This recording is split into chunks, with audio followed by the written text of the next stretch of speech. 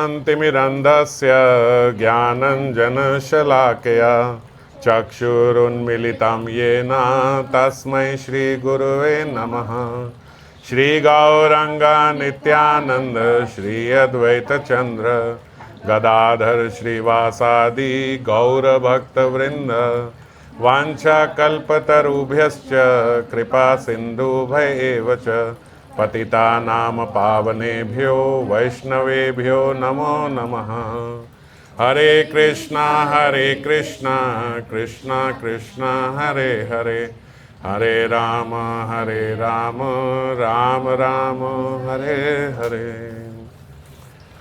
तो आज श्री श्री प्रेम भक्ति चंद्रिका संख्या 61वीं त्रिपदी पे हम चर्चा करेंगे।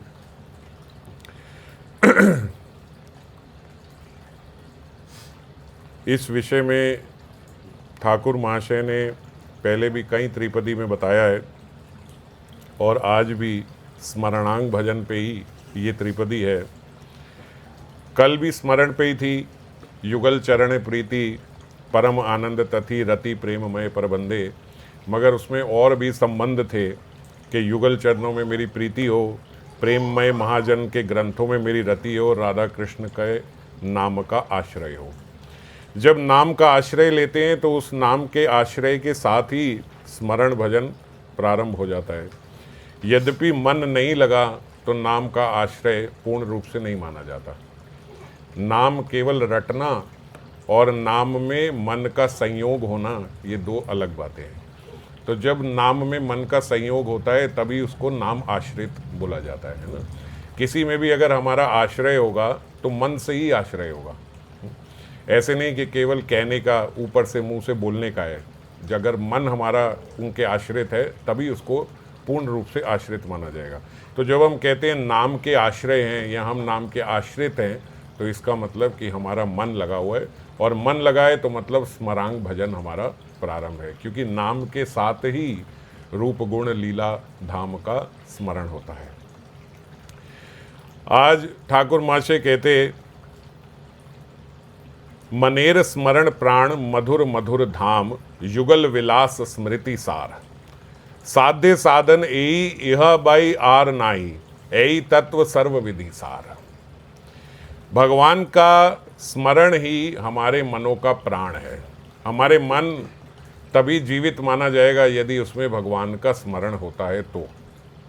मधुर मधुर धाम युगल विलास स्मृति सार, श्री श्री राधा कृष्ण का मधुर अति मधुर धाम, रूप गुण और विशेषतः युगल विलास का स्मरण, युगल विलास की स्मृति, यही सारे स्मरणों का सार है। जब मधुर मधुर धाम बोलते हैं तो मधुर मधुर धाम के साथ रूप गुण लीला सब आ जाते हैं, क्योंकि धाम धाम के भीतर ही है सब कुछ।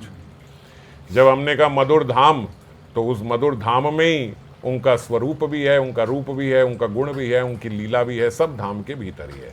तो इसीलिए मधुर अति मधुर धाम, धाम को मधुर अति मधुर बनाने वाला कौन है? उन्हीं के रूप गुण लीला, और उसमें सारी स्मृतियों का सार है युगल विलास।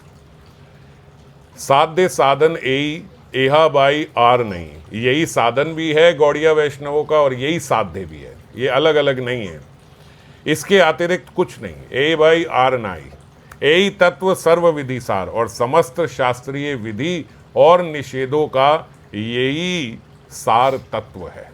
जितने भी शास्त्र में विधि बताई गई हैं वो इसीलिए कि मन भगवान में लग जाए, जितने भी शास्त्र में निषेध बताए गए हैं वो इसीलिए कि भगवान की विस्मृति ना हो।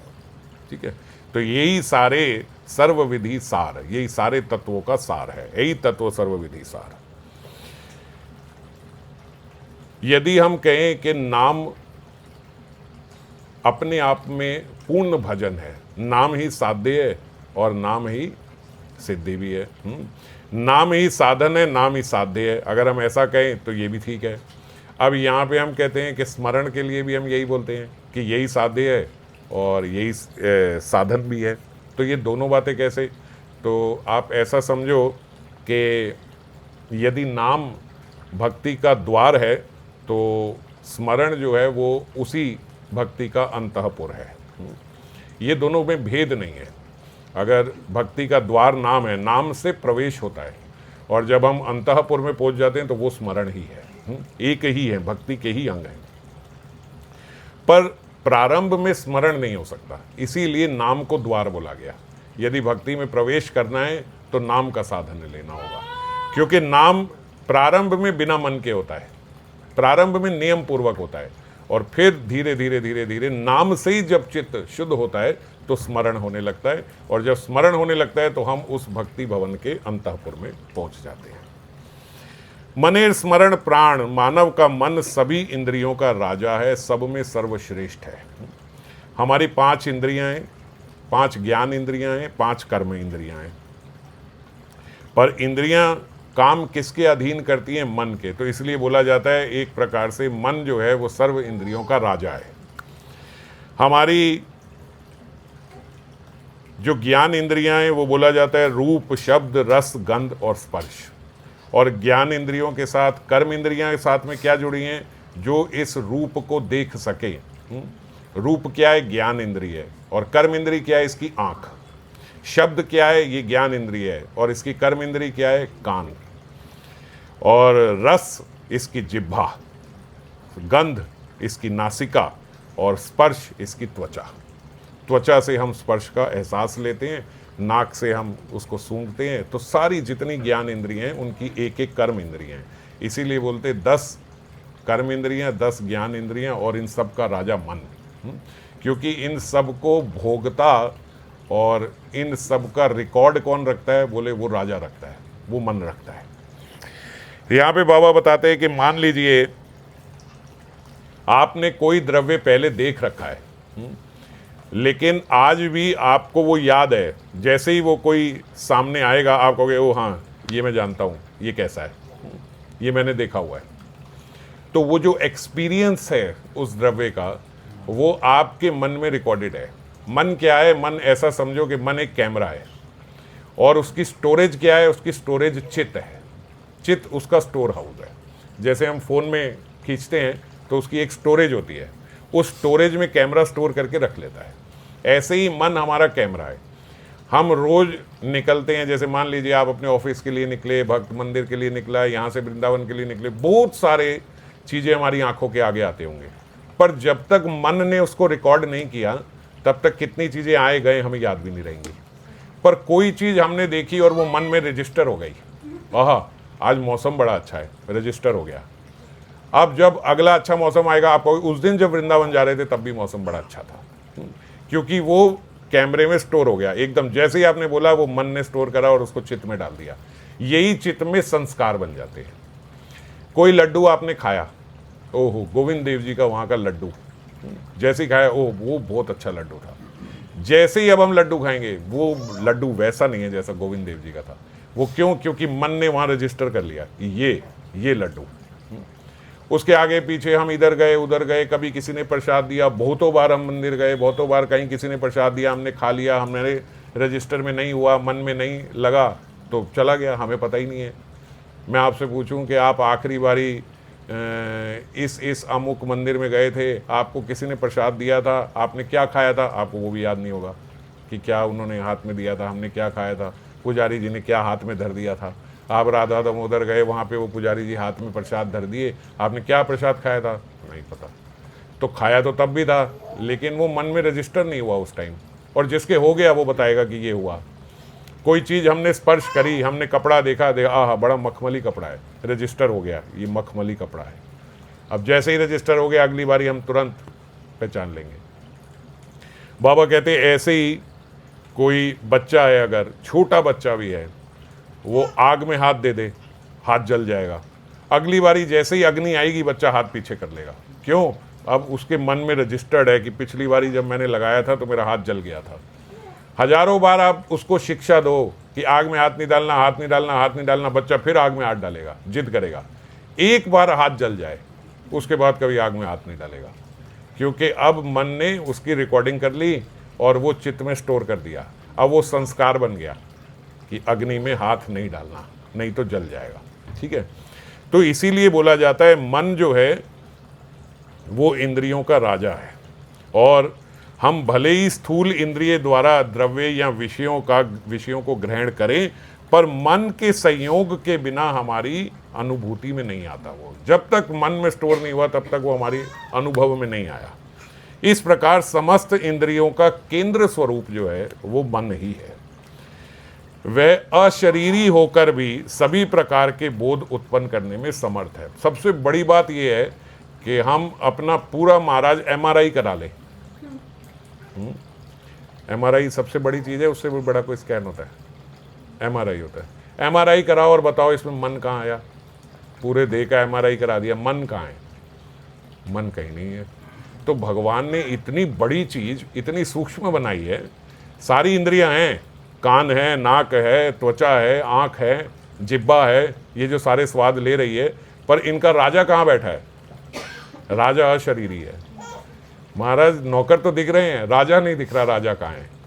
और सारी फसाद की जड़ राजा है। सब कुछ राजा ही देख रहा है, राजा ही स्टोर कर रहा है। कहाँ स्टोर कर रहा है? चित्त में कर रहा है। महाराज एमआरआई करके बताओ चित्त कहाँ है? चित्त तो कहीं नहीं है। हार्ट है, हम उसको बोल देते दिल है। भैया दिल का काम पंप करना है, दिल सिर्फ हमारा पंप है। ये जैसे वाटर पंप लगे होते हैं ना, यहाँ से टंकी से पानी ऊपर पहुँचाना, ऐसे ये पंप है। पूरे देह में ब्लड को सर्कुलेट कर रहा है, खून को पहुँचा रहा है पूरे शरीर में। बस कोई यहाँ पे कोई बात नहीं हो रही, ये तो पंप है। तो मन जो है ये कहाँ है? ये दिखता नहीं है, ये अशरीरी है। चित्त जो है ये कहाँ है? ये दिखता नहीं है। और सबसे ज़्यादा दुखी इसमें करता कौन? अहंकार। वो कहाँ है? वो भी दिखता नहीं है। विवेक कहाँ है? दिखता नहीं है। बुद्धि कहाँ है? दिखती नहीं है। जो हमें नचा रही है, जिसके इशारे पे हम सब नाच रहे हैं, मन, बुद्धि, अहंकार, चित्त, ये सब दिखने वाले नहीं है।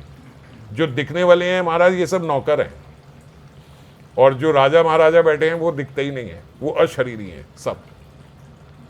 तो इसीलिए जब तक मन का संयोग नहीं होगा कहीं पे, तब तक वो कार्य अनुभव में नहीं आएगा, चाहे वो संसारी हो या चाहे वो भजन हो। इसीलिए बोला जाता है मन राजा है। आप अपनी इंद्रियों से जो मर्जी करते रहो, उससे फर्क नहीं पड़ता जब तक उसमें मन का संयोग नहीं हुआ। अनादि काल से भगवत बहिर्मुख ये मन जो है, ये जड़ीय विषय चिंतन से इतना दूषित हो गया है कि वह विषय चिंतन की छोटी बड़ी नाना तरंगों से तरंगायित हो जाता है। मैंने उस दिन चर्चा करी थी हमने कथा के बाद, शायद वो रिकॉर्ड भी हुआ था, कि संस्कारों का है, ये सब है हमारे पास है। तो हमने ये चर्चा करी थी कि हम 84 लाख योनियों में से केवल एक योनि मनुष्य की है। बाकी सारी योनियां जो हैं वो तो सब पशु पक्षी यही सब हैं। अब जिसके भीतर विवेक नहीं है, जो मनुष्य नहीं है, जो पशु है, जो पक्षी हैं, ये क्या हैं? ये केवल अपनी इंद्रियों की पूर्ति के लिए ही कार्य करते हैं। ये भोग योनियां ही हैं सारी। ये केवल अपने को बचाव का कार्य करते हैं, अपने खाने का, अपने पीने का, अपने उदर को भरने का, यही सब इनका काम है। ईटिंग, मेटिंग, स्लीपिंग, डिफेंडिंग जिसको हम बोलते हैं, बस यही सब ये करते हैं, क्योंकि इनके भीतर विवेक है नहीं। इसीलिए इनको पाप पुण्य भी नहीं लगता बाकी योनियों में, केवल मनुष्य को ही लगता है। तो लेकिन मन हमारा ये जो है मन है, ये मन उस योनि में भी था। जब मैं कुत्ता था, जब मैं बिल्ली था, जब मैं शेर था, जब मैं भेड़िया था, जब मैं ये था वो था, हर समय मेरा मन यही था। और आज भी वही मन ने मुझे मनुष्य बनाया है। तो मन और चित्त वही थे, और चित्त वो सारे संस्कार लेके आया है, जो सारे संस्कार पशुओं में मेरे अंदर पड़ गए, पशु योनियों में। तो इसीलिए बड़ा स्वाभाविक है कि ये मन जो है ये बहुत सेल्फिश है, और ये पूर्ण रूप से विषयों में ही लगा हुआ है। अब पशु किस में लगेगा? पशु विषय में लगेगा और अपनी इंद्रिय तृप्ति करेगा। इससे ज़्यादा विवेक पशु के पास है नहीं। पर अब हम पशु नहीं हैं। अब हम अपने सारे संस्कारों को रीराइट कर सकते हैं। अब हम अपने सारे संस्कारों को वापस बदल सकते हैं। अब हम अपने विवेक से ये बात समझ सकते हैं जो आज हम चर्चा कर रहे हैं, कि ये केवल इंद्रिय तृप्ति करना तो पशु वृत्ति है, ये मुझे नहीं करनी। पर मन स्वाभाविकता उनकी ओर भागेगा, क्योंकि मन के अंदर बहुत सारे यही संस्कार हैं। 84 लाख योनियों में मैं बहुत बार घूमा, उसमें हर 84 लाख में केवल एक बार मनुष्य बना, और बाकी सारी योनियां तो मेरी केवल भोग की थी। और जिसमें मनुष्य बना उसमें भी पता नहीं कितनी समझ आई कि कितनी नहीं आई। तो अब जब गुरु कृपा से, भगवत कृपा से समझ आ रही है, तो हमें समझना होगा कि ये स्वाभाविक जो जड़ीय विषयों का चिंतन मन करता है, ये उन्हीं संस्कारों का प्रभाव है। अब वो मुझे नहीं करके उसको बदल देना है। और जितना व्यक्ति विषयों में लीन होगा, जितना व्यक्ति बहिर्मुख होगा, उतनी ही जल्दी हम देखते हैं वो छोटी छोटी चीज़ों से तरंगायित हो जाता है। जरा सी बात हुई, जो ज़्यादा बहिर्मुख है वो जरा सी बात पे अपने अपमान का एहसास कर लेता है। कुछ भी नहीं हुआ, बस आप आए बैठे, 1 मिनट आपसे किसी ने चर्चा नहीं करी, कहीं कोई और कर रहा था, मैं आया, आप उधर बात कर रहे थे, आपने देखा भी नहीं, अपमान का अनुभूति हो गई। क्यों हो गई? इससे पता लगता है कि बहुत बहिर्मुख है अभी। जितना बहिर्मुख होगा उतनी जल्दी बाबा बोलते हैं उसका मन तरंगायित होगा। छोटी छोटी बात पे हम देखते हैं व्यक्ति बहुत चिढ़ जाता है। महाराज जरा सी 2 गाड़ी आपस में लगी और हम देखते हैं इतना लड़ाई झगड़ा हो गया, पुलिस स्टेशन तक पहुंच गए, मर्डर तक हो जाते हैं। आज हुआ क्या था, कॉज क्या था? कॉज कुछ भी नहीं था, बस जरा सी गाड़ी लग गई थी। क्या है ये इतने बहिर्मुख हैं और इतना सांसारिक विषयों में इनका चिंतन है कि जरा सा कुछ इधर उधर हुआ और बस तरंगायित हो गए। और जीव जितना ही अंतर्मुखी होगा वो उतना ही बाहर की चीज़ों से कम तरंगायित होगा, बाहर की चीज़ों से बहुत कम असर करेंगी। हमारी बुद्धि सभी चिंतनों को ग्रहण नहीं करती, विशेष विशेष चिंतन को बुद्धि द्वारा ग्रह्य होती है। विशेष विशेष चिंतन जो है जागृत अवस्था में बाबा बोलते ये तो है ही कि सब कुछ होता है। सुषुप्त अवस्था में भी विषय चिंतन की तरंग चलती रहती है जब हमें सपना आदि आता है। और फिर जब सुषुप्ति की अवस्था होती है तब मन थोड़ी देर के लिए शांत होता है, तब मन भी सो जाता है जब सुषुप्त अवस्था में चले गए तो। सो विषय तरंग में उस समय थोड़ा विराम आता है, डीप स्लीप में। थोड़ी भी कच्ची नींद में है तो भी मन उसमें चलता रहेगा। अभी क्या है, मन के पास एक एरिया है, और कौन सा एरिया है? बहुत बड़ा एरिया है जब आप जागृत अवस्था में हो तो, लेकिन रिस्ट्रिक्टेड है। मन के साथ बुद्धि भी कार्य कर रही है जब हम जागे हुए हैं तो बुद्धि मन को उतना आगे भागने नहीं देती, वो एक बाउंड्री में रखती है। जैसे मैं अभी सोचूं कि मुझे बहुत पैसा कमाना है तो मैं एक बाउंड्री के अंदर रहूंगा कि अगर मुझे बहुत पैसा कमाना है तो मैं कितना कमा सकता हूं, मैं उतनी बाउंड्री में सोचूंगा। मेरे पास 2 गाड़ियां हैं तो मैं तीसरी गाड़ी की सोचूंगा, क्योंकि बाउंड्री है ना। बुद्धि को पता है ऐसे थोड़ी 2 से सीधा 200 गाड़ियां हो जाएंगी। पर मन ऐसा है कि मेरे पास होना चाहिए ऐसा गैरेज कि जिसमें 70-80 गाड़ियां खड़ी हों। अब जागृत अवस्था में तो बुद्धि कार्य कर रही है। जब अवस्था आती है नींद की तो तब उस अवस्था में क्या होता है? सुप्त अवस्था में, उस अवस्था में बुद्धि रेस्ट करती है, केवल मन का ही साम्राज्य होता है।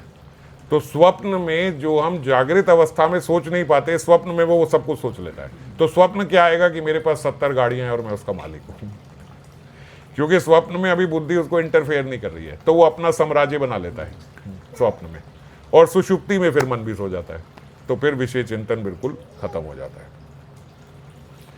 तो हर अवस्था में जब तक डीप स्लीप नहीं आई है तब तक मन अपना कार्य करता रहता है, और उस समय मन वही कार्य करता है जो हमारे चित्त में स्टोर है। जिस चीज़ में हमने बहुत मन लगाया था, जिस चीज़ में हमने मन में बड़ी कल्पनाएं बना ली थी, जिस चीज़ में मन ने बड़ा ध्यान दिया था, वो सारी चीज़ें हमारे चित्त में स्टोर्ड है। इसीलिए भगवान ने विनाश के पद्धति में सर्वप्रथम बनाया ध्यायंस्तु विषय पुंसा। सबसे पहले विषय ध्यान करता है, और ध्यान किससे करता है? मन से। अभी हम आगे इसकी अवस्थाएं पढ़ेंगे कि स्मरण की क्या क्या अवस्थाएं होती हैं, उसमें सीधा ध्यान की अवस्था में पहुंच जाता है। तीसरी अवस्था है ध्यान की, सीधा व्यक्ति वहां पहुंच जाता है एकदम गहरे चिंतन में, जब वो विषयों का चिंतन करता है। तो जब चिंतन करना होता है भगवान का तब तो धीरे धीरे शुरू करता है, स्टेप बाय स्टेप शुरू करता है। पर जब विषय का चिंतन होता है तो हमारा समाधि भी लग जाती है, वहीं बैठे सब भूल गए इस समय मैं कहाँ बैठा हूँ कहाँ नहीं बैठा हूँ। महाराज मंदिर के भीतर बैठे हुए आंख बंद करी और विषय चिंतन ऐसा चलने लगा कि पता नहीं, फिर ध्यान हम तो कहाँ बैठे और क्या चिंतन करें, धाम में बैठे मंदिर में बैठे और क्या विषय चिंतन हमारा चल। तो विषय में हमारी इतनी प्रगाढ़ मन की लगाव है कि वो बड़ी तेजी से बहुत आगे अवस्था में पहुंच जाता है। और जब मन का ध्यान करने लगे तो बड़ी धीरे धीरे, थोड़ा सा किया हट गया, थोड़ा सा किया हट गया, बार बार उसको लगाना पड़ता है। तो भक्त साधक का जितना कुछ खेल है, बाबा बोलते हैं वो मन को लेकर ही है साधक का। कारण मन संयोग विहीन यांत्रिक भजन से बहुत समय में भी प्रेम प्राप्त नहीं होता। मन संयोग विहीन मतलब मन जब नहीं लगा तो ऐसे भजन से बहुत समय तक भी प्रेम प्राप्त नहीं होगा, क्योंकि वो केवल यांत्रिक हो रहा है, बाहर से हो रहा है। भक्त तथा भगवान की कृपा पर आश्रित होकर क्या करना चाहिए? हमें हमेशा सर्वप्रथम तो कृपा पर आश्रित होना चाहिए। कभी ऐसे ना हो अरे मैं एक बारी बैठा आंख बंद करी, महाराज क्या ध्यान लगाने लगा लूँगा। मन का क्या है, जब हम सोचेंगे मन उधर लगा लेंगे। कॉन्फिडेंस होना चाहिए, ओवर कॉन्फिडेंस नहीं होना चाहिए। कॉन्फिडेंस क्या होता है कि महाराज गुरुदेव की कृपा है, गुरुदेव ने कृपा करके हाथ पकड़ा है तो जरूर प्रयास करूंगा कि अब बैठा हूँ नाम लेने तो नाम का ही चिंतन करूं, रूप का ही चिंतन करूं, ठाकुर जी भाई मेरा ध्यान रहे बाहर ना जाए।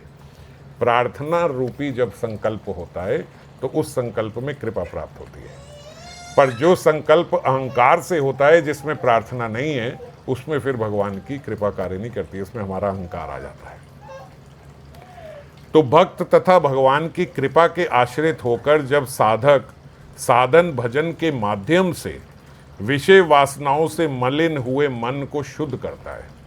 किस साधन से शुद्ध कर सकता है? सर्वप्रथम एक ही साधन है, नाम जप। नाम जप से जब वो विषय वासनाओं में जो मलिन मन है उसको शुद्ध करता है तो विषयों के चिंतन का परित्याग भी करता है।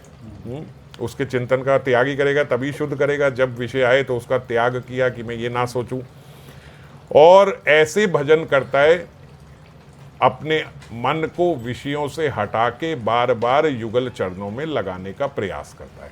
इस पद्धति से जब वो भजन करता है तब बोलते हैं उस भक्ति को शुद्ध भक्ति कहा जाता है। जिस भक्ति में हम ध्यान ही नहीं दे रहे कि मन कहाँ है कहाँ नहीं, भैया हमें पता है, अरे वो तो बोलते हैं नाम जैसे मर्जी ले लो, यथा समय यथा, वो सब जगह लेना चाहिए, सब करना चाहिए, पर अपने नियम का जो नाम है वो नाम में ध्यान लगाना चाहिए। 24 घंटा तो हम बैठ के नाम नहीं कर रहे हैं, हम चलते फिरते उठते बैठते खाते पीते काम करते भी हमें बोला है नाम जप करते रहो, तो वो काम करते हुए नाम ले रहे हैं, अति उत्तम है कि हम कोई गलत चिंतन हमारा नहीं बनेगा, गलत धारणा नहीं बनेगी, हमारे मुख में नाम चलता रहेगा। लेकिन जब नाम करने ही बैठे हैं तब विषय चिंतन ना हो। नाम करते समय कोई काम का ध्यान ना हो, काम करते समय नाम का ध्यान रहे, ये हमें ध्यान रखना है। श्रीमद् भागवतम 3:29-11-12 में लिखा है, बाबा ने उसका रेफरेंस दिया श्रीमद् भागवतम का। जब किसी व्यक्ति का मन भगवान के दिव्य नाम रूप गुण और लीलाओं को सुनते ही स्वाभाविक रूप से उसकी ओर दौड़ता है। जैसे ही कहीं भगवान का नाम सुना, मन स्वाभाविकता एकदम ऐसे खिलखिला उठा। भगवान के रूप का वर्णन सुना, भगवान के गुणों को सुना, उनकी लीलाओं को सुना, तो स्वाभाविकता मन सब छोड़ के उसकी ओर भागे, उसमें आकर्षित हो जाए। तो उसे शुद्ध भक्ति या भक्ति का प्रारंभिक लक्षण मानना चाहिए।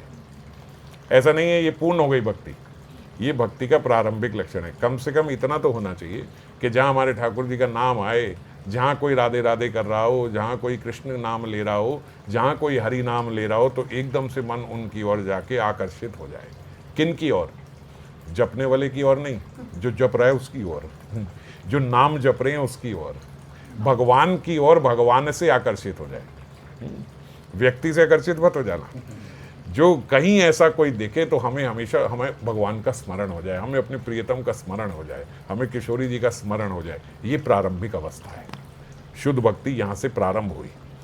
जिस प्रकार गंगा का जल स्वाभाविकता, नदी जो है उसका समुद्र की ओर जाता है जल, उसी प्रकार जब भक्त का मन बिना किसी भौतिक इच्छा के, बिना किसी स्वार्थ के, बिना किसी संसारिक बाधा के निरंतर भगवान की ओर प्रवाहित होता है, तब बोलते हैं वो शुद्ध भक्ति कहलाती है। शुद्ध भक्ति क्या है कि मन फंसा ही नहीं संसार में, अब फंसता ही नहीं, अब ये सब अच्छा लगता ही नहीं, अब बाधा आती नहीं, अभी बाधा आ रही है हम उसको हटाने का प्रयास कर रहे हैं, तो इसको बोलते हैं ये शुद्ध भक्ति प्रारंभ हो गई। अगर आप हटाने का प्रयास कर रहे हो और फिर नाम में ध्यान लगा रहे हो, फिर स्मरण कर रहे हो, अपना मन भजन में लगा रहे हो, ये प्रारंभिक अवस्था है, ये आप एंटर कर गए आप शुद्ध भक्ति की ओर। और जब ऐसा हो गया कि बड़ा स्वाभाविक हो गया कि अब संसार में कोई चीज़ आकर्षित करती ही नहीं, ये सब आता ही नहीं। जैसे नदी जो है उसका स्वाभाविक है कि उसका प्रवाह समुद्र की ओर जा रहा है, ऐसे आपका मन बड़ा स्वाभाविक, नदी के बीच में बहुत सारी रुकावटें आती हैं, बड़े सारे मोड़ आते हैं, बड़े सारे पत्थर आते हैं, बड़ी सारी चीज़ें आती हैं, पहाड़ आते हैं, समतल आती है, लेकिन नदी प्रवाह बहता ही जाता है।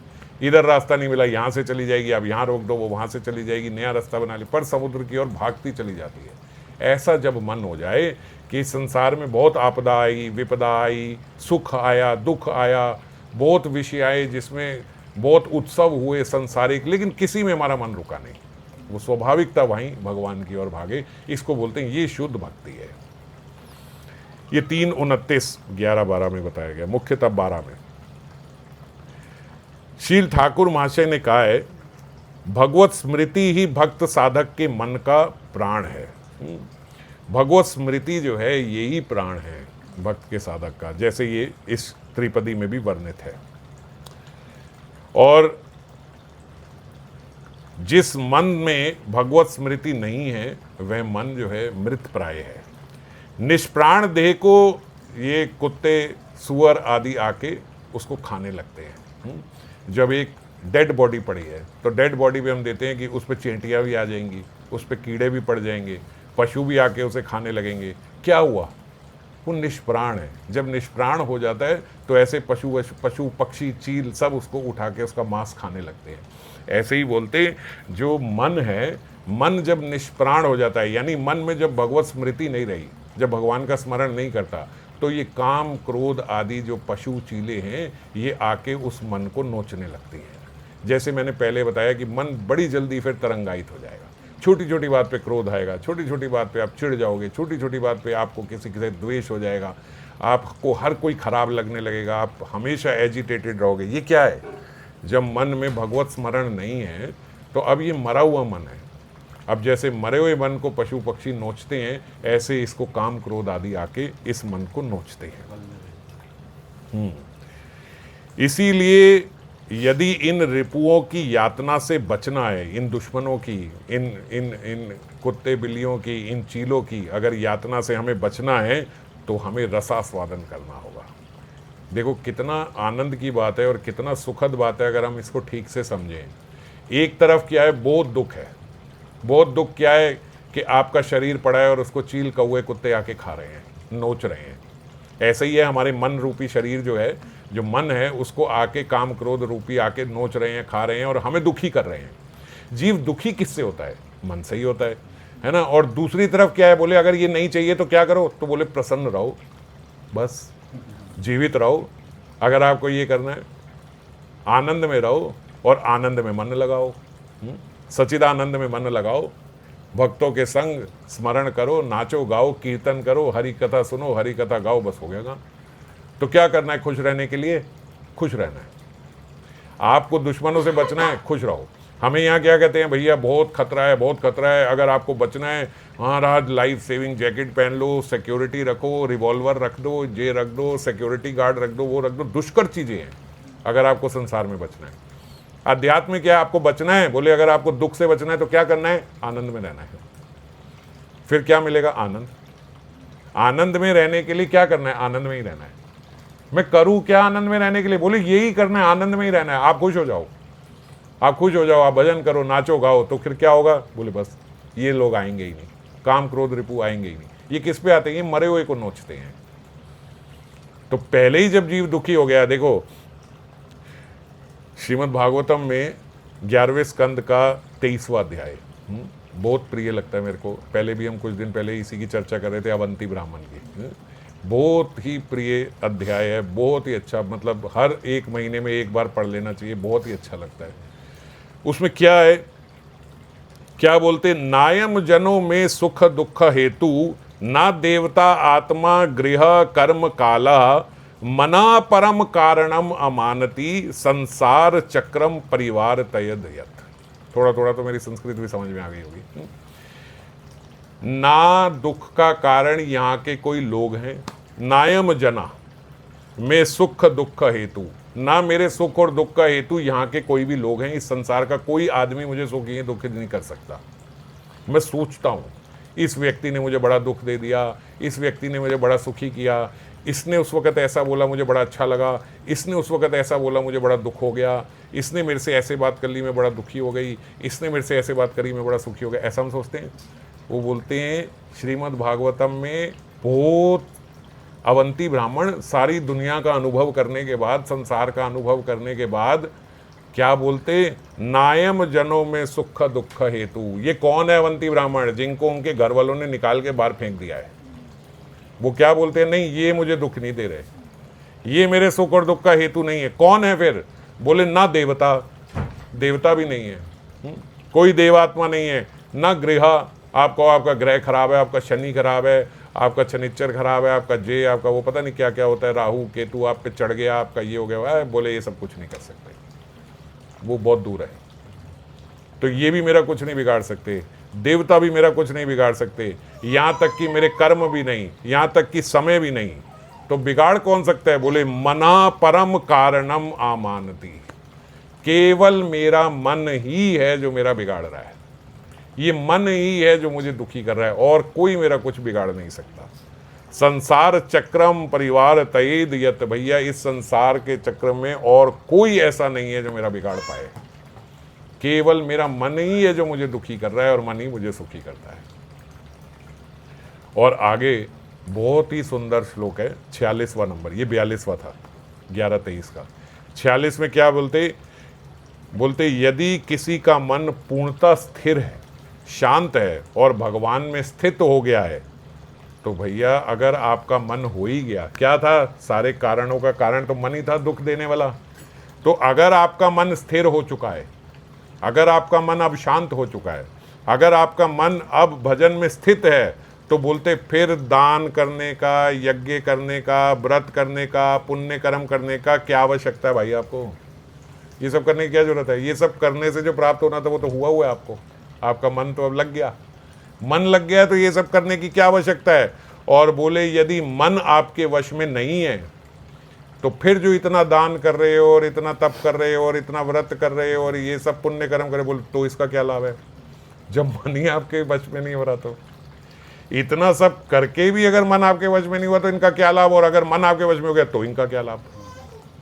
कहने का तात्पर्य उनका दोनों श्लोकों में एक ही है कि मन जो है यही एक कारण है सुख और दुख का, दूसरा कोई नहीं है। जीव को कोई और दुखी नहीं कर सकता, जीव को कोई और बाहर से सुखी नहीं कर सकता, केवल उसका मन ही है।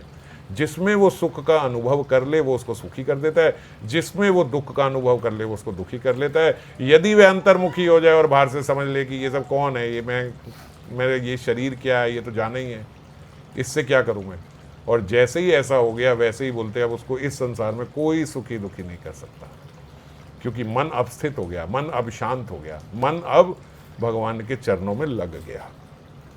तो इसीलिए इन रिपुओं से अगर बचना है तो मन को भगवान के चरणों में लगाकर रसास्वादन करना होगा।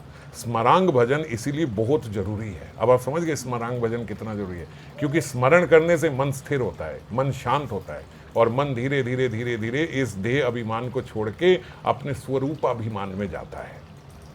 स्वरूपाभिमान में ले जाने वाला कौन है? यहाँ से इतनी बड़ी यात्रा की देह अभिमान से स्वरूपाभिमान में पहुंच जाए, ले जाने वाला कौन है? केवल मन, और कोई नहीं है, और कुछ नहीं कर सकता, केवल मन ही लेके जाएगा। आप बैठे बैठे एक स्थान पे एक जगह पे बैठे रहो, मन आपको यहाँ से वहाँ ले जाएगा। इतना पावरफुल है ये मन। श्रीमद् जीव गोस्वामी पाद ने स्मरांग के क्रमिक विकास के 5 स्तर बताए हैं, जिसकी अभी हम चर्चा कर रहे थे कि आगे स्तर आएंगे। सबसे सर्वप्रथम जो स्तर है वो स्मरण है, उसके बाद धारणा है, और तीसरा ध्यान है। हम महाराज जब विषयों का चिंतन करते हैं तो तुरंत तीसरे पे पहुंच जाते हैं, विषयों का ध्यान हो जाता है हमें। तो स्मरण, धारणा, ध्यान, ध्रुवानुस्मृति और समाधि। स्मरण क्या है? जो हम कर रहे हैं भगवान के रूप गुण लीला आदि को यत किंचित अनुसंधान का नाम स्मरण है। यत किंचित अनुसंधान का नाम। मन उधर गया फिर उसको यहाँ लेके आए, मन फिर विषयों में गया फिर उसको पकड़ के लाए, फिर इधर चला गया फिर उसको पकड़ के लाए, फिर सोने लगा फिर उसको जगाया, फिर उधर भाग गया फिर इधर ले आया। हर चीज़ से बचाना है हमें, और बचा के भगवान में लगाना है। थोड़ी सी होठ सूखे, पहले पानी पी लेता हूँ, थोड़ा सा कुछ हुआ पहले कुछ खा लेता हूँ, थोड़ी सी नींद आई पहले सो लेता हूँ, सब पहले कर लूँ, मन बाद में लगाऊंगा। ये जो हमारा स्टाइल है, ये स्टाइल सही नहीं है।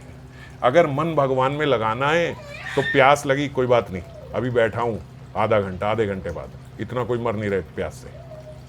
होठ हो गए, सूख जाने दो आज पूरे होठ जितने मर्जी सूखे, कोई बात नहीं। हम लोगों का यही तप है, छोटा मोटा यही तप है, और क्या तप करना है।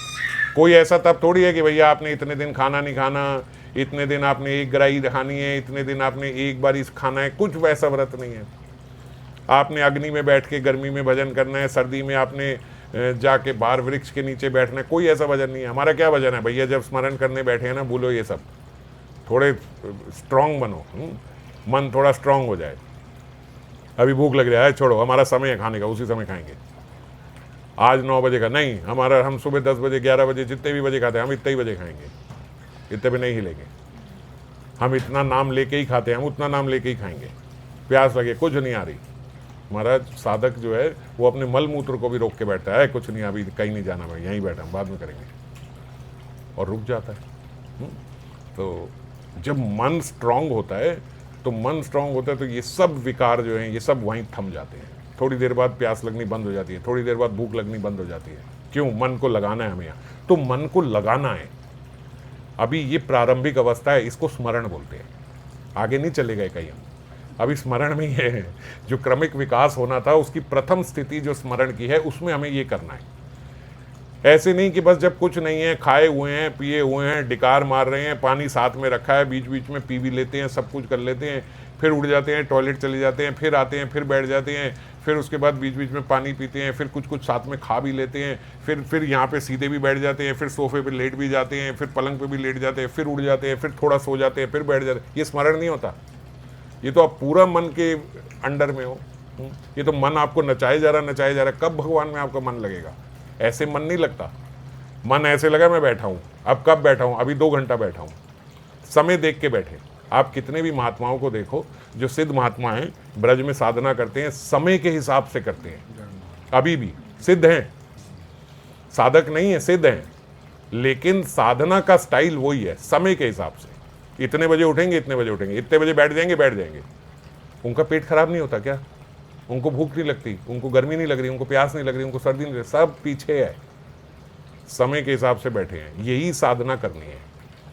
ये पहला लेवल है स्मरण, फर्स्ट लेवल है अभी कि हमें बैठना है। और हमें क्या करना है? हमने तो कोई बड़ा लंबी चौड़ी बात नहीं है, हमें 2 घंटा 2.5 घंटा सुबह बैठना है। इस 2 घंटे में हमें कुछ नहीं करना है, पहले ही मन को समझा दो।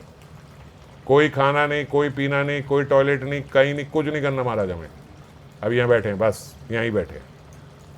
नींद आई कोई बात नहीं, थोड़ी देर उठ के बैठे, थोड़ा सांस अंदर बाहर करा, बैठ गए, और फिर सीधे होके पीठ सीधी करके बैठे, कुछ नहीं आ रही नींद।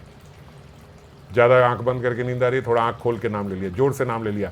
नाम भी तो भगवान ही है, नाम भी तो प्रभु है।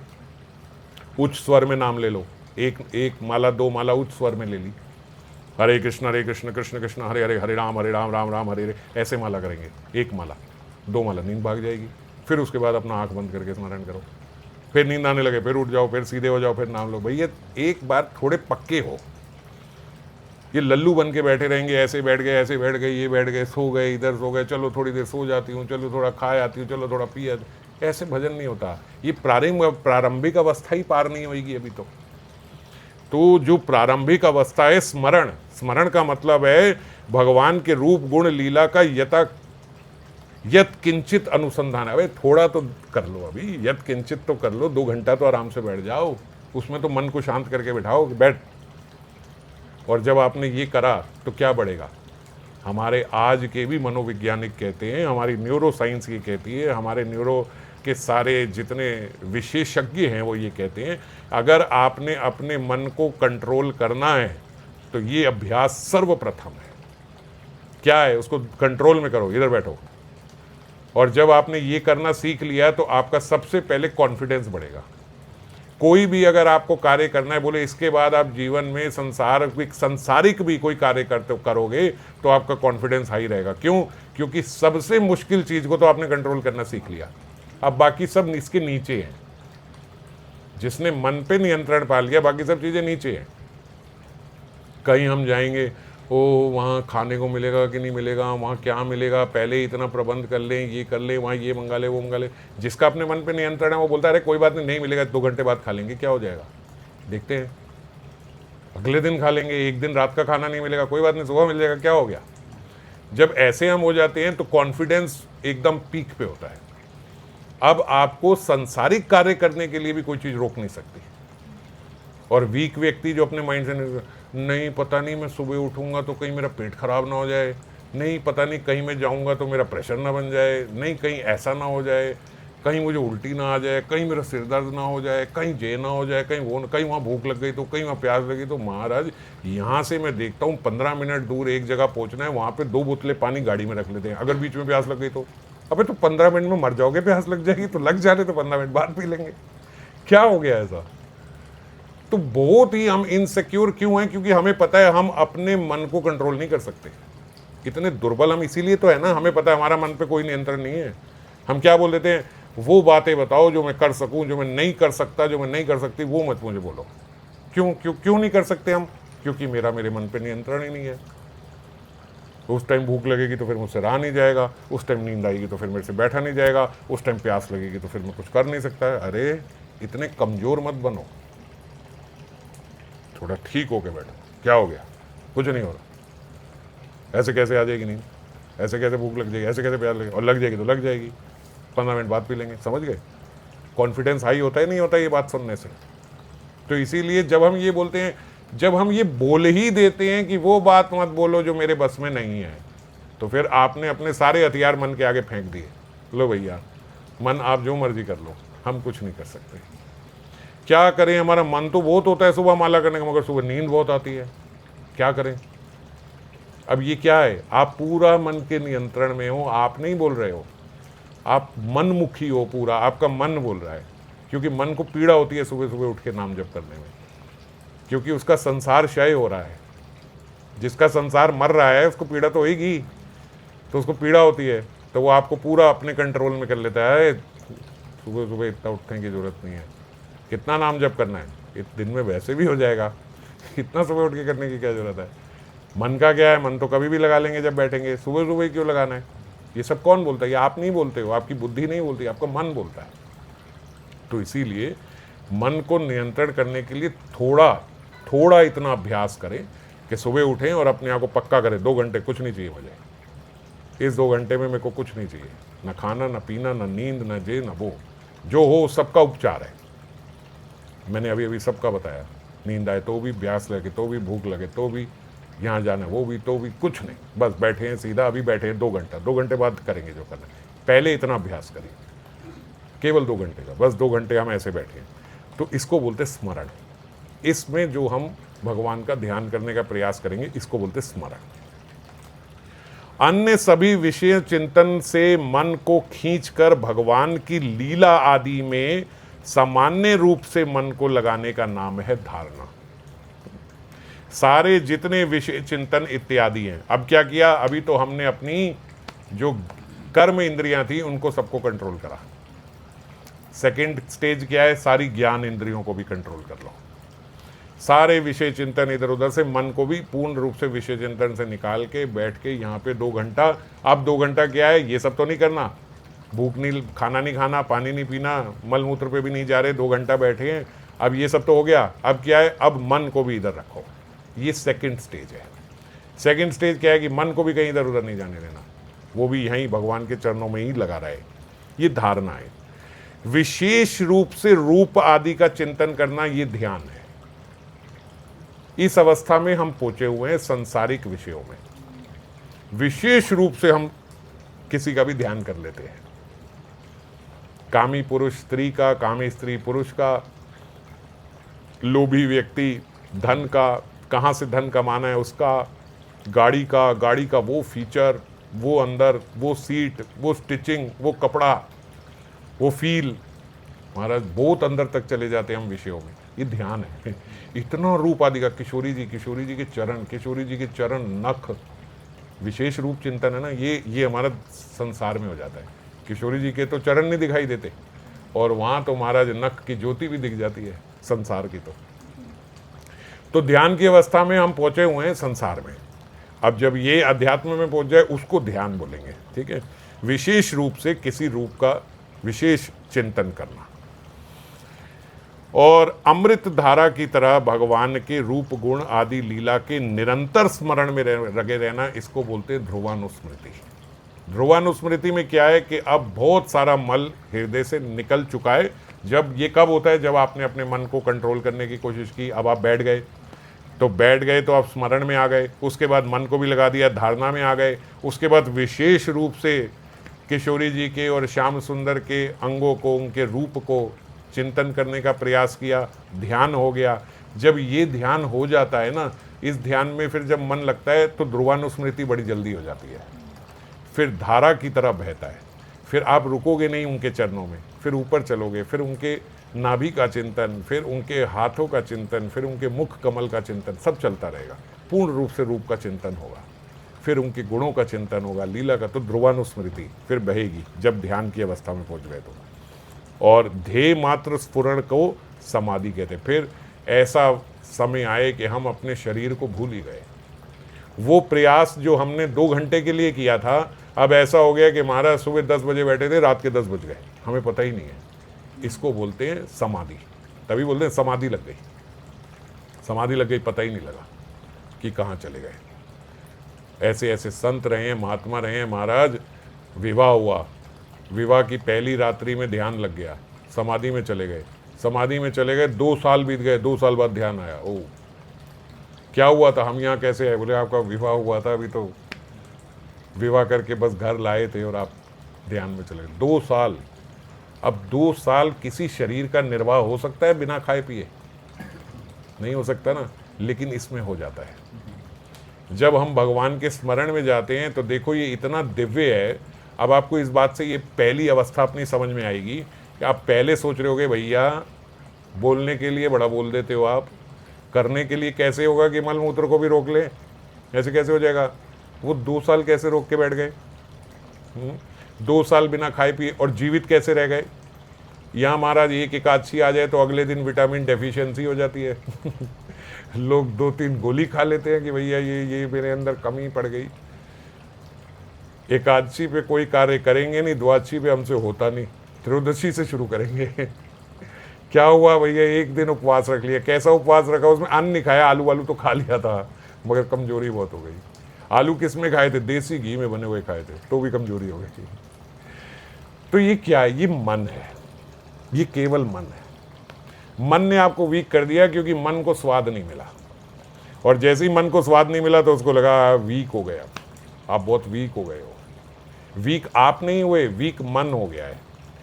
आप रोज तेल का खाना खाते हो, एकादशी पे देसी घी का खाना खाते हो, तो बताओ स्ट्रांग होना चाहिए या वीक होना चाहिए?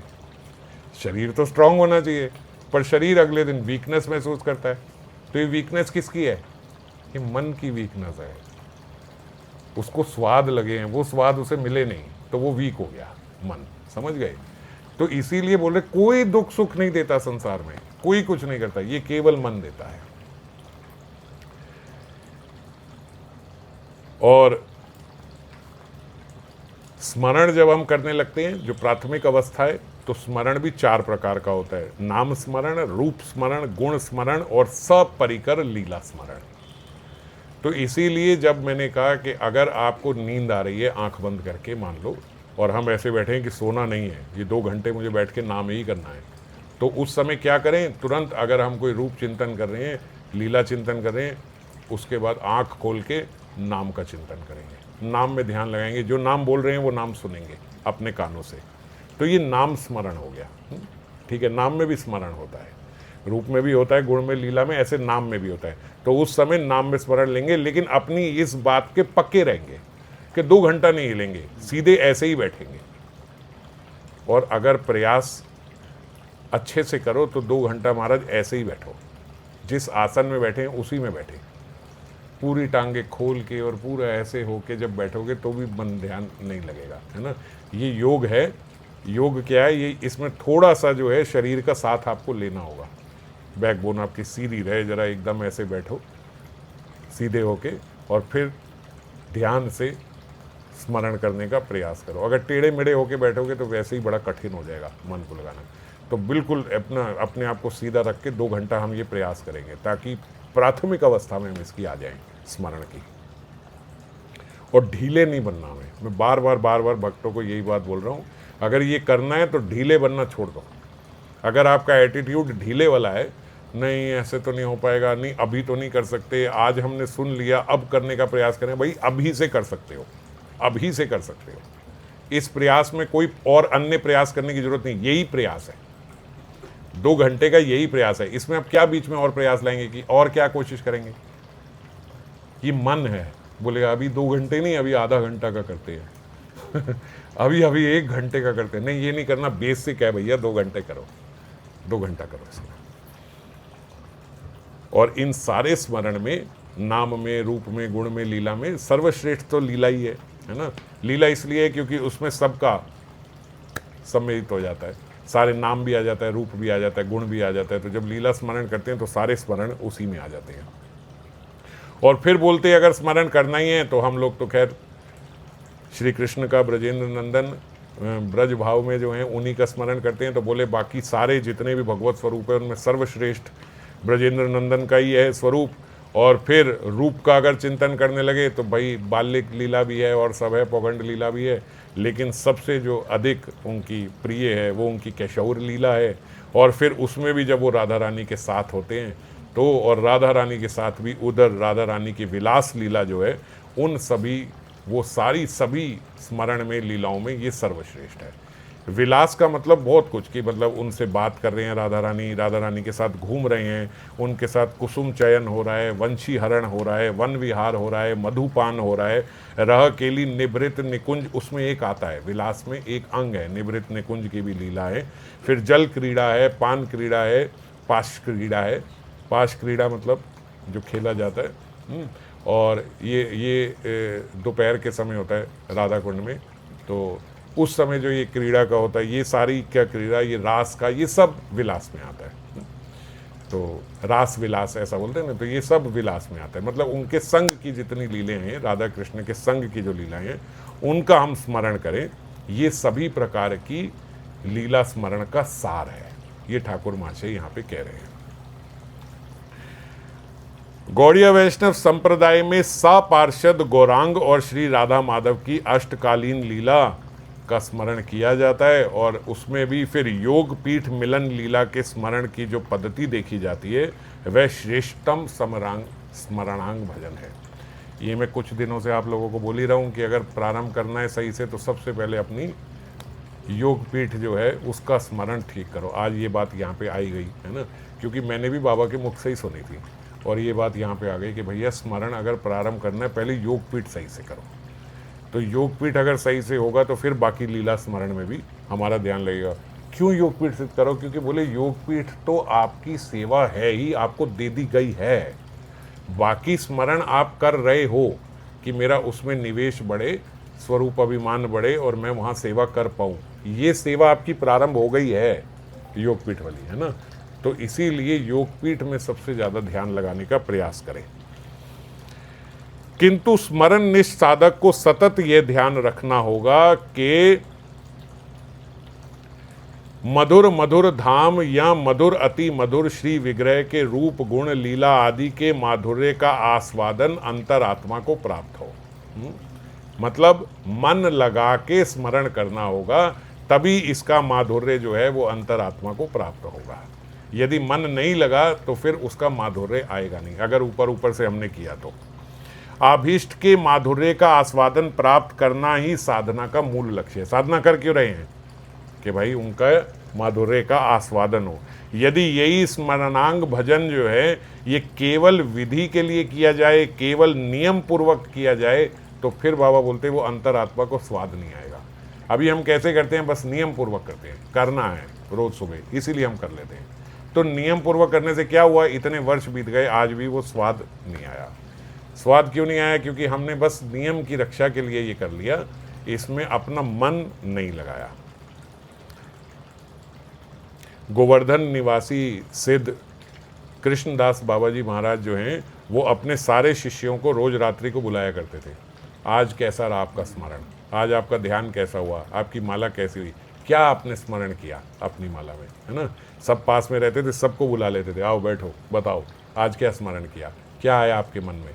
तो एक उनका जो शिष्य था वो रोता हुआ आया एक दिन, क्यों रो रहे हो, बोले आज मुझसे ठीक से भजन नहीं हुआ। क्यों नहीं हुआ, बोले आपने जितना स्मरण पद्धति जो सब बताई थी हमारा सब धरी की धरी रह गई।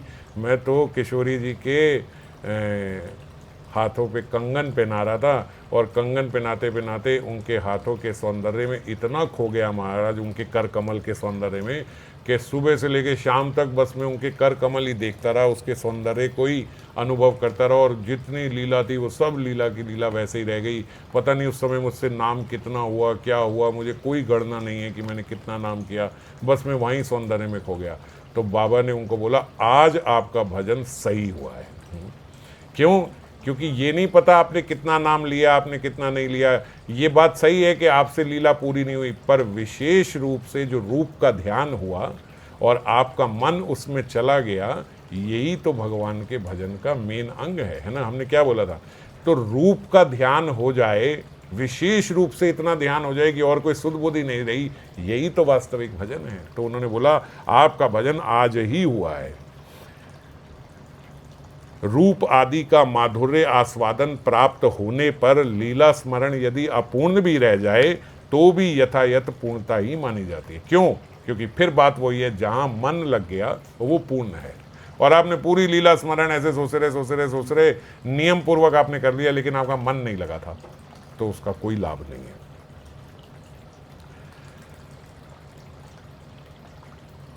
किसी किसी ग्रंथ में ये मनेर स्मरण प्राण मधुर मधुर धाम की जगह मधुर मधुर नाम भी लिखा है। इसके दो अर्थ हैं। एक तो हमने पिछले श्लोक में ये कल चर्चा करी थी, कृष्ण नाम राधा नाम उपाय करो रस धाम। वहाँ नाम को क्या बोला कि नाम जो है यही सारे रसों का धाम है।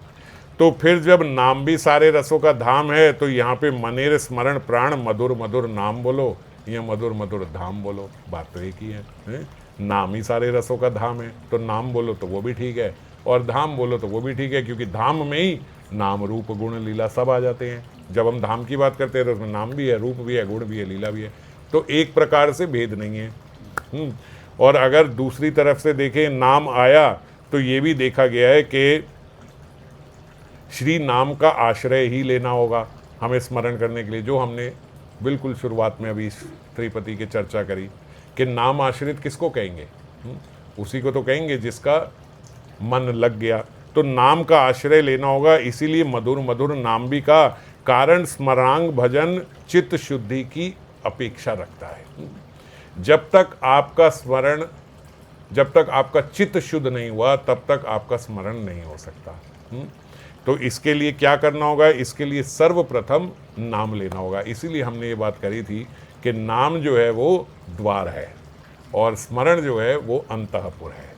तो पहले आपको नाम का आश्रय लेना होगा। इसीलिए अगर कहीं मधुर मधुर नाम लिखा है तो उसका कहने का तात्पर्य ये है कि पहले नाम का आश्रय लो। जब तक आपका चित्त शुद्ध नहीं है, नाम संकीर्तन से अपना चित्त शुद्ध कर लो, क्योंकि नाम संकीर्तन चित्त शुद्धि की अपेक्षा नहीं रखता। नाम तो लेना आप प्रयास करो। नाम संकीर्तन से चित्त शुद्धि होने पर स्मरांग भजन सुचारू रूप से संपन्न हो जाता है। तो बाबा बोलते हैं, अब किसी के मन में ये प्रश्न भी आ सकता है कि भैया ठीक है, फिर तो जब तक चित्त शुद्धि नहीं हुई है तब तक नाम लो, और जब चित्त शुद्धि हो गई तो फिर नाम लेने की क्या जरूरत है, फिर बैठ के बस स्मरण करेंगे, फिर नाम लेने की आवश्यकता ही नहीं है।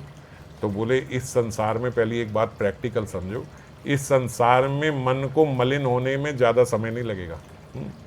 यहाँ तो आपकी ऐसी अवस्था हो जाएगी, ठीक है आप समाधि में बैठे 2-3 साल वैसे ही महात्मा की तरह, आपको पता ही नहीं है, फिर तो ठीक है। मगर आप सुबह 2 घंटे 3 घंटे बैठते हो, उसके बाद संसार में निकलते हो, तो मन मलिन कैसे नहीं होगा। तो इसीलिए डेली बर्तन रोज़ धुलते हैं ना, कपड़े रोज़ धुलते हैं, आप रोज़ नहाते हो, तो मन को रोज़ नहीं क्या करना साफ, मन ऐसे ही गंदा होने दे। तो मन का भी रोज़ शोधन चाहिए, मन को भी रोज़ परिमार्जित करना होगा। तो इसीलिए रोज़ नाम की भी आवश्यकता है, नाम साथ में ही लेना होगा।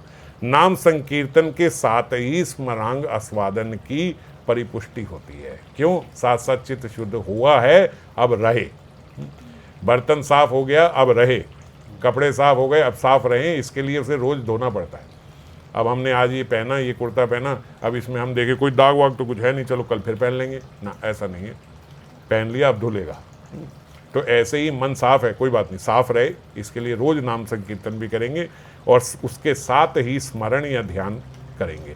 तो स्मरण या ध्यान से नाम आस्वादन की पुष्टि होती है और नाम करने से स्मरण की पुष्टि होती है। दोनों एक दूसरे के परिपोषक हैं। इसलिए कभी भी नाम संकीर्तन को छोड़कर स्मरांग भजन की बात नहीं कही जाती।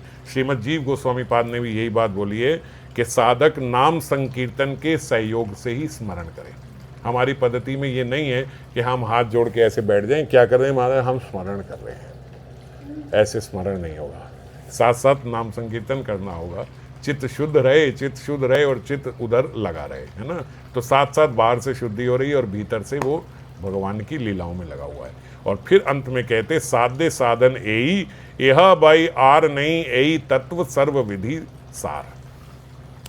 ज्ञान योग आदि साधनों में साधन और साध्य अलग अलग होते हैं, ठीक है, किंतु भक्ति में साध्य और साधन एक ही है, ये अलग नहीं है। कैसे, हमने अभी 1-2 त्रिपदी पहले ये सारी चर्चा करी थी कि साधन में जो अपक्व है, सिद्धों में वही परिपक्व है ना। वही अभी कच्चा फल और वही फल पक जाता है, कुछ अलग नहीं है। इसलिए जो लोग साधन में चित्त में जिस लीला का स्मरण कर रहे हैं, जब सिद्ध होंगे तो क्या होगा, उसी लीला स्मरण में, उसी लीला में प्रवेश हो जाएगा। यहाँ पे जो स्मरण में सेवा कर रहे हैं, जब सिद्ध हुए तो क्या हुआ, वो सेवा प्रारंभ हो गई। तो साधे में और साधन में कोई भेद ही नहीं रहा, यही साधना कर रहे थे और यही आपको प्राप्त भी हो जाएगा। इसीलिए साध्य वस्तु इससे कोई पृथक नहीं है, इससे अलग नहीं है, एहा बाई आर नहीं, बस यही है जो हम स्मरण कर रहे हैं, यही होगा। यही तत्व सर्व विधि सार। पद्म पुराण में ये बात देखी जाती है, क्या बोलते हैं पद्म पुराण में, स्मर्तव्ये सतत विष्णु विस्मर्तव्यो न जातु चित्त। क्या करना है, always remember Krishna, never forget Krishna. बस यही 2 चीजें हैं। क्या बोले, कृष्ण का स्मरण करो, उन्हें कभी भूलना मत। स्मर्तव्ये सततम विष्णु, कब कब, सततम, हमेशा।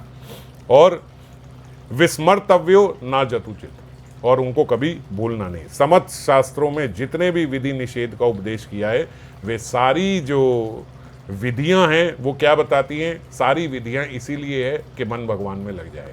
सारे निषेध किस लिए है, कि मन से भगवान निकले ना। सारे निषेध इसलिए, भगवान भूल ना जाए हमें, हम भगवान को भूल ना जाए। और सारी विधि किस लिए है, कि हमें हमेशा भगवान का ध्यान रहे। हमारे जीवन में दुख क्यों आता है, क्योंकि सुख में हम भगवान का ध्यान नहीं करते।